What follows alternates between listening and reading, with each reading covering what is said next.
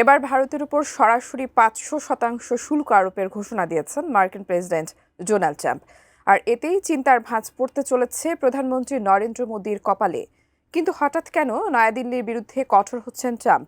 আর এর প্রেক্ষাপটে কি করবেন নরেন্দ্র মোদী? বিস্তারিত জানাচ্ছেন সাদিয়া সিদ্দিকা।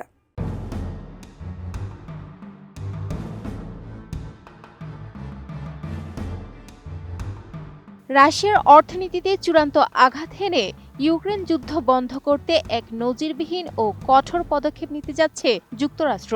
ভ্লাদিমির পুতিনের সামরিক সক্ষমতা বা যুদ্ধযন্ত্রকে অর্থায়ন বন্ধ করার লক্ষ্যে রাশিয়ার কাছ থেকে তেল, গ্যাস ও ইউরেনিয়াম কেনা দেশগুলোর ওপর সর্বোচ্চ ৫০০% পর্যন্ত আমদানি শুল্ক আরোপের একটি বিলে সম্মতি দিয়েছেন মার্কিন প্রেসিডেন্ট ডোনাল্ড ট্রাম্প। মার্কিন পররাষ্ট্র নীতিতে কট্টরপন্থী হিসেবে পরিচিত রিপাবলিকান সিনেটর লিন্ডসে গ্রাহাম এবং ডেমোক্র্যাট সিনেটর রিচার্ড ব্লুমেনথালের যৌথ প্রচেষ্টায় তৈরি এই রাশিয়ার স্যাংশন বিল বিশ্ব রাজনীতি ও অর্থনীতিতে নতুন করে তোলপাড় সৃষ্টি করেছে।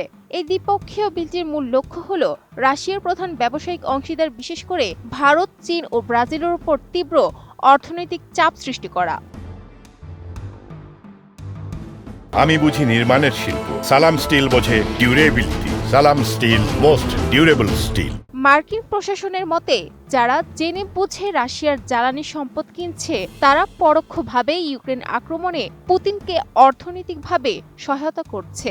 এই অর্থ প্রবাহ বন্ধ করতেই ট্রাম্প প্রশাসনকে নজিরবিহীন ক্ষমতা দেওয়া হচ্ছে, যার মাধ্যমে তিনি সংশ্লিষ্ট দেশগুলো থেকে যুক্তরাষ্ট্রে আসা পণ্যের উপর ৫০০% পর্যন্ত শুল্ক এবং দ্বিতীয় পর্যায়ের কঠোর নিষেধাজ্ঞা আরোপ করতে পারবেন। সিনেটর লিন্ডসে গ্রাহাম সাফ জানিয়েছেন, এই বিলের উদ্দেশ্য মস্কোকে অর্থনৈতিকভাবে পঙ্গু করে দেওয়া, যাতে পুতিন শেষ পর্যন্ত আলোচনার টেবিলে বসতে বাধ্য হন।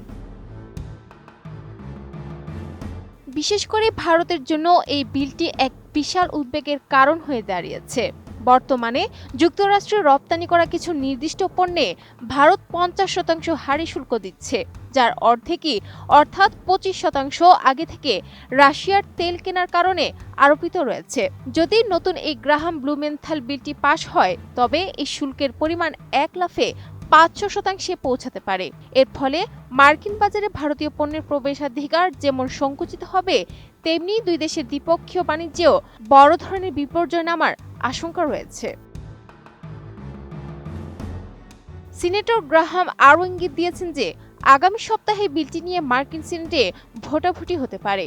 ইউক্রেন যখন শান্তির জন্য বিভিন্ন ক্ষেত্রে ছাড় দিচ্ছে, ঠিক সেই মুহূর্তে পুতিনকে দমাতে এই কঠোর বিলটি সঠিক সময় আনা হয়েছে বলে মনে করছেন রিপাবলিকান ও ডেমোক্রেট উভয় নেতারা।